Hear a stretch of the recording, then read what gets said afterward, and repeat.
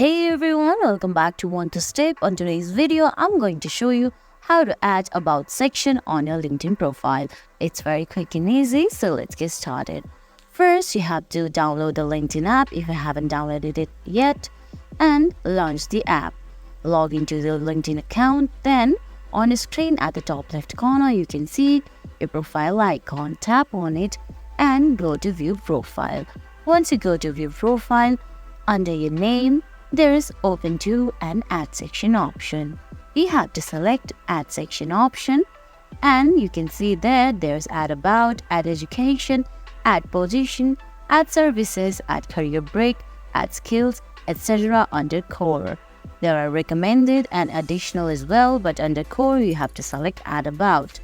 Then you can give your introduction, your career journey, skills, ambitions and goals, etc. under 2600 letters. I'm gonna write this and I'll tap on Save. Guys, that's it.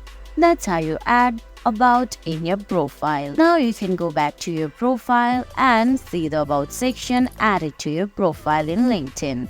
I hope you found this video helpful. If you did, please give it a thumbs up, leave a comment, subscribe to our channel and hit that bell icon. See you in the next video. Thanks for watching.